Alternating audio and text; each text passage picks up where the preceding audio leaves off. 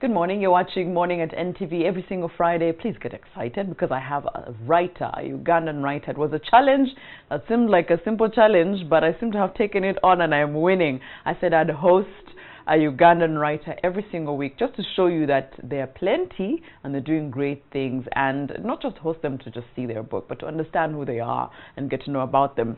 My guest today, it's a lot. She's very well accomplished and I'm excited because as women, this is the things you celebrate. Well, I'll start with the fact that she is a first-class degree holder in community psychology from Makerere University. She's an author. She has the Deadly Ambition. She has the Dream winner of the Macmillan Writers Prize in 2006. Her short stories have been published in anthologies in South Africa, here in Uganda, the UK, the US, Sweden. And she's also the recipient of the Rockefeller Foundation Bellagio Center Residency. That's 2013, among many great things. Please welcome Glaydah Namukasa. Good morning. Good morning. We've seen you before here on NTV. My colleague had highlighted you as Women in Power. Yes. You still are. I've looked at the whole list of accomplishments and you still are. So, Glaydah, I want to know you. I want to get to know you as a writer, and I'd like the viewer to understand you, because at the end of it all, I want them to be, interested in your work. But I've always said you can't understand a writer just from the books. You need to talk to them. So I have in front of me Voice of a Dream, and I also have The First Teammate, and I have Finding Another Home. Then a book we'll talk about at the end, because you're also not just a writer, you're also an editor. Yeah. But Glaydah, you're also a midwife. Are you still a midwife? I haven't been practicing for a long time now, since I went back to study community psychology. Yes. But for the writing, I continued. You continued? Yes. So where does this all start? Is it in the family where you grew up that somebody used to write, mommy and daddy, sisters and brothers? Where's the interest from? Actually, my interest in writing started from my own love for storytelling.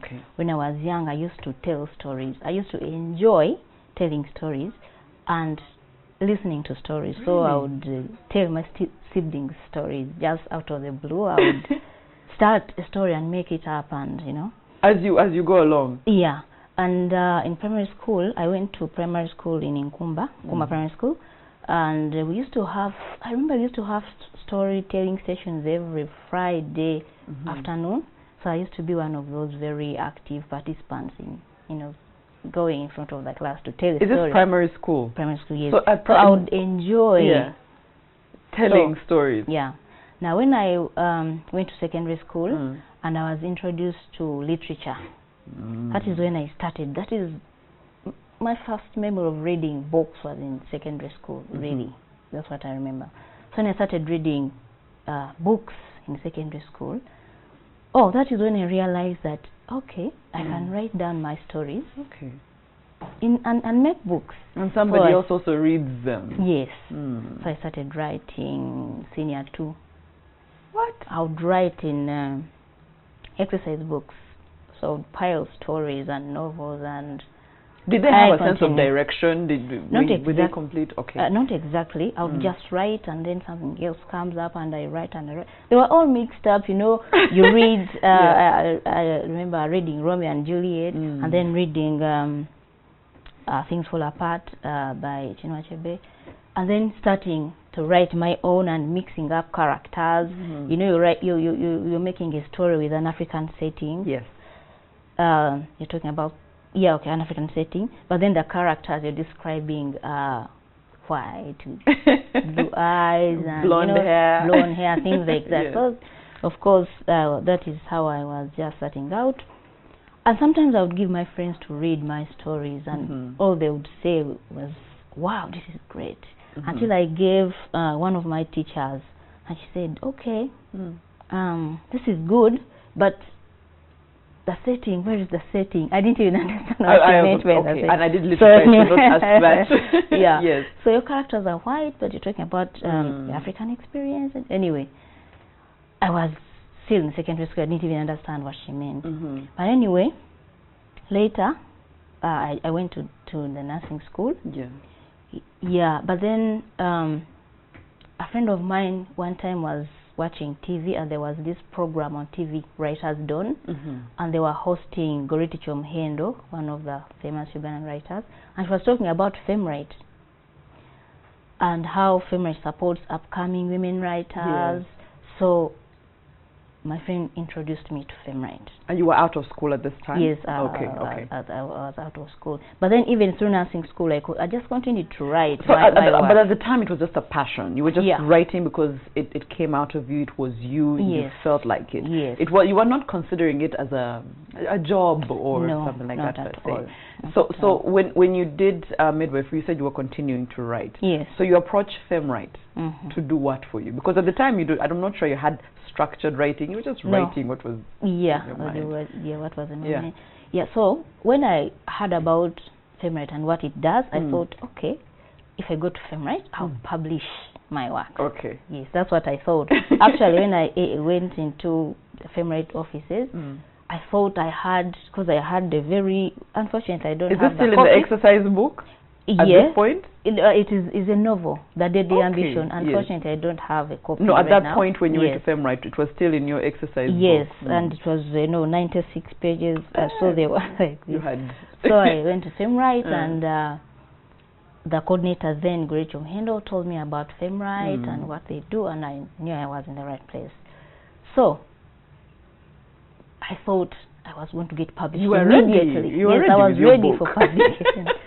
So I joined the Readers Writers Club, and I submitted my very first piece to that club. The Readers Writers Club is a platform where writers and readers come and they share their works and comment on each other's works. And so when I submitted my story, that is when I learned that, okay, not I haven't even started.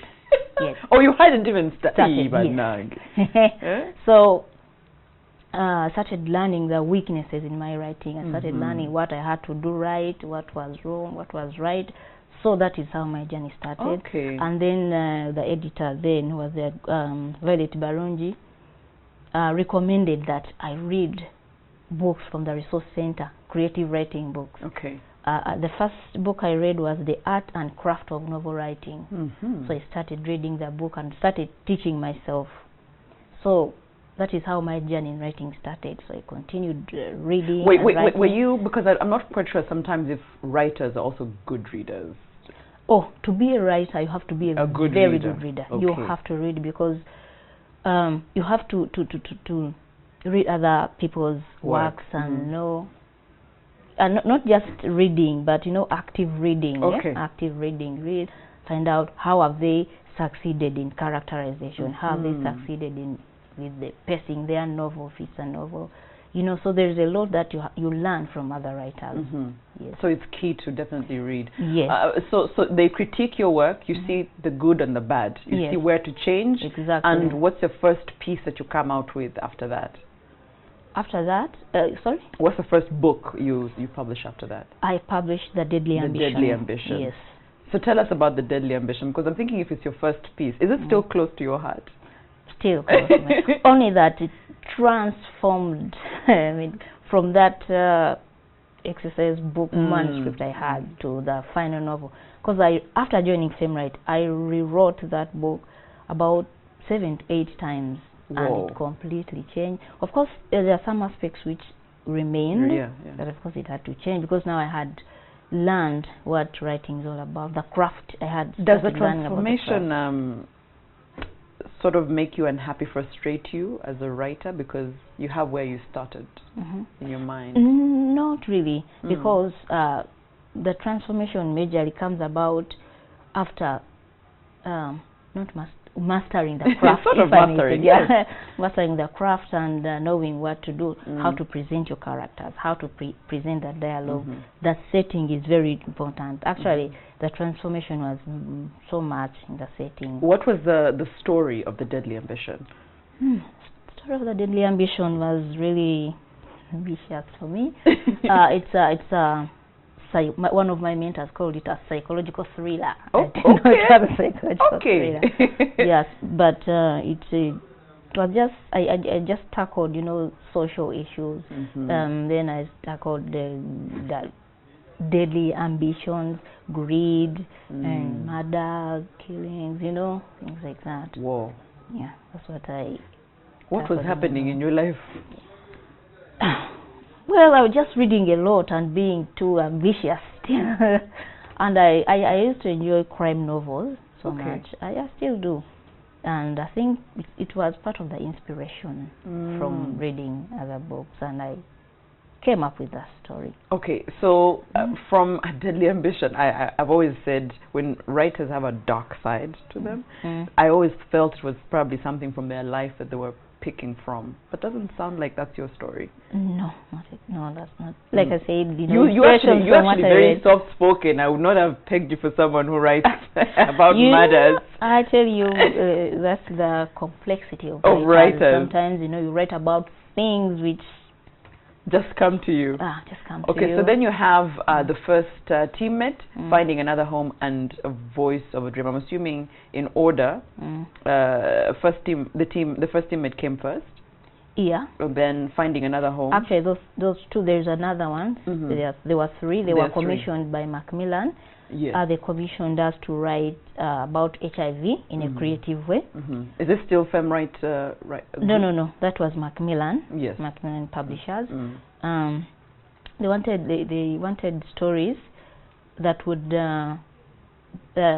bring or increase awareness of HIV/AIDS in primary school. Okay. So they just gave us the theme, and we just, for example, for me, I just decided to choose one of my characters. The main character in the first teammate is a young boy who is HIV positive. So the story was about like informing like the fellow students about how to embrace this child, accept this child, and also to make them aware of how HIV/AIDS is contracted and how it cannot be just contracted by playing with this kid. So it was major about increasing awareness in primary school. And Finding Another Home was about how children who have parents who are sick, HIV positive, can cope, so that is... That's powerful. I'm seeing, for example, in the first teammate where the boy is saying, that family is bewitched, said Kato. Jack's mother is sick with AIDS, his father is too, and even Jack's little sister. And Jack lives with them, so he must have AIDS too. That's a lie, said Suna suddenly. AIDS is not caused by people being bewitched. And I feel like this book still applies to... Yeah, it does. You know what I mean? I feel like a primary 5 student can still read it, but things have changed. For example, now it's a more open discussion about sexuality education. They're teaching young people, even in primary school. I think when I was going to school, it was so abstract, how they taught us about HIV and AIDS. So I think this was a powerful idea for you to write in a way of teaching that's easily relatable as well to young people. What about A Voice of a Dream? Now, The Voice of a Dream is a young adult novel. It won the Macmillan Writers Prize for Africa in 2006, and I wrote it with a target audience in mind already, because I was writing for the competition. It was not my first time to write for that competition. It was, I think, the second time. So I knew the target audience, young adults. So I just started thinking about what would interest young adults. At the same time, inform. So it won out of a pool of what? Just Ugandans? No. Africa. All of Africans in Africa and in the diaspora. So it was a big win for me. And do you know what made you unique to win? Did you get wind of what was the secret? Surely, like I said, I developed my writing through interacting with writers and the Reader's Writers Club. So there is a very many extracts I got from that book and discussed at the Reader's Writers Club, and I got comments.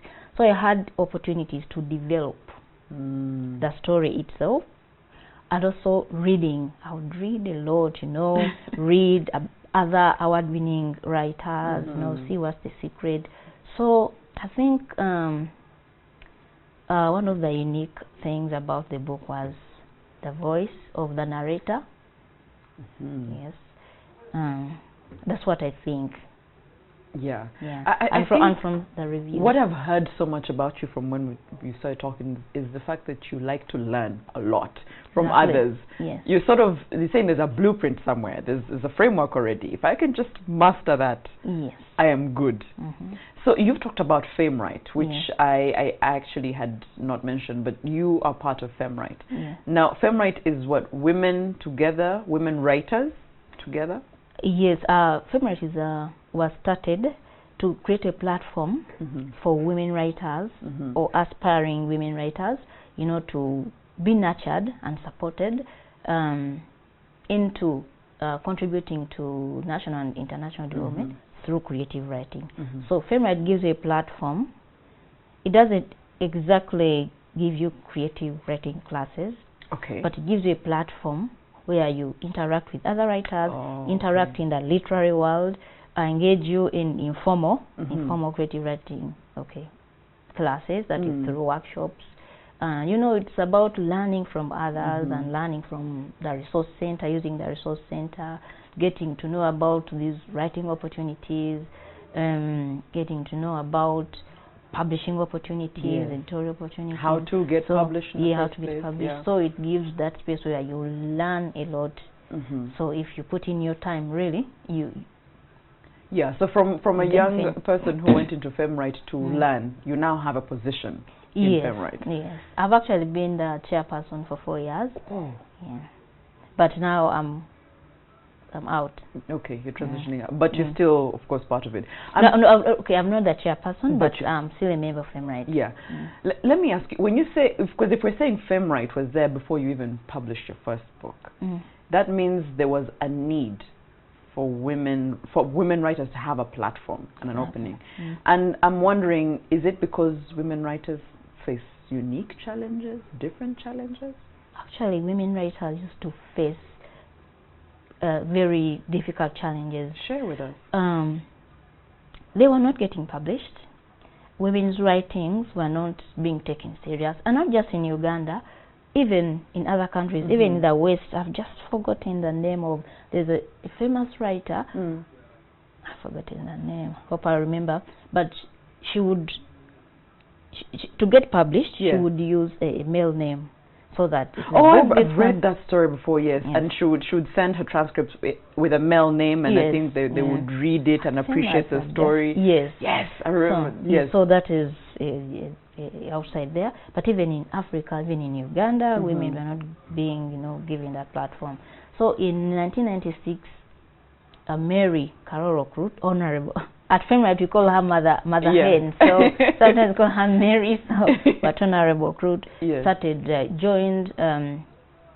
came together with a group of other men writers, women, and they said we need to start an organization which will support women writers, get them published, support their creativity, their literary creativity.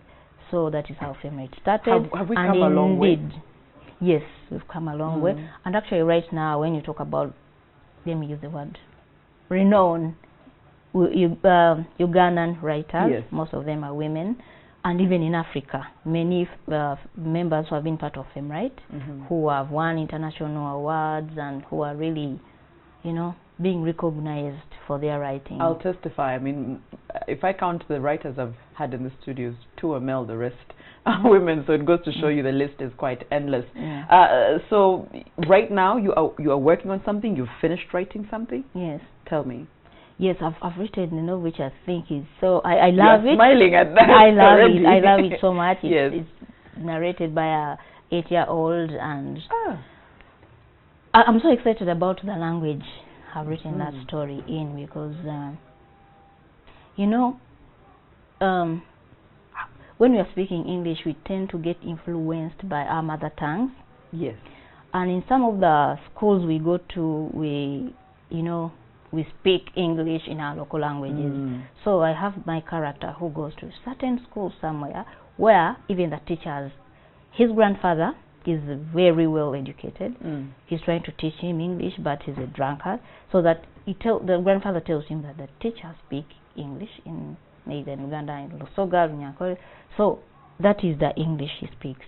So he's narrating the whole book from beginning to end in the language he understands best. When are we able to look at this material? Actually, I'm traveling to. I've been invited for some readings in New York. Yeah, is that Words Without Borders? Yeah, Words Without Borders, and they are giving me opportunities to meet with agents and editors. Great. So, hopefully next year.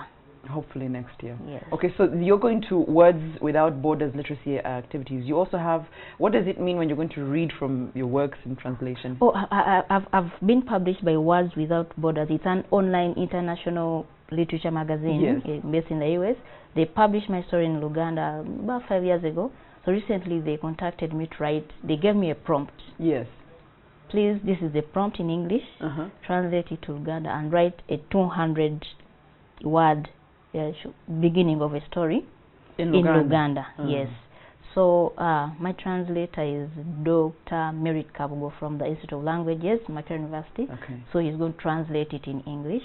And I'm honored to read that piece in New York, in Luganda. I was about to say, in Luganda? Yes, I'm also very excited about it. That's fantastic.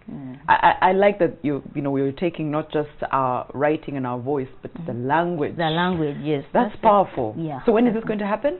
On 6th October. 6th, very soon? Yeah, very soon. Oh, are we able to, is anyone online able to access this or see this? Yes, I'll make sure that please we need to see you in New York reading in Luganda. Yes, it would be fantastic to see. Yeah, I think that's even something we can always share here on the show if you're able to help us get access to that. Okay, I will. Please, good strides, Glaydah. So, what as we leave this particular segment, would you want someone to know about your reading? That if somebody picked up any book of Glaydah and read it, you would hope they know about the writer. Yeah, Glaydah is a committed writer. I enjoy writing and I enjoy informing the public through creative writing. Not exactly, not preaching at all. Just writing something to enjoy. I make sure that my fiction is enjoyable. Just enjoy and relax, and at the same time you're learning something in the work. Fantastic. Glaydah Namukasa, thank you for your time. You are also an editor, so you edit people's works to help them get published. So this is not the only time you'll be on this show. I'm quite sure you'll come back. But 6th October, she'll be in New York. Yes, for Words Without Borders literacy activities. She'll be reading from her works in Luganda. So that should be interesting to see. That's it for Morning at NTV. Have a good day.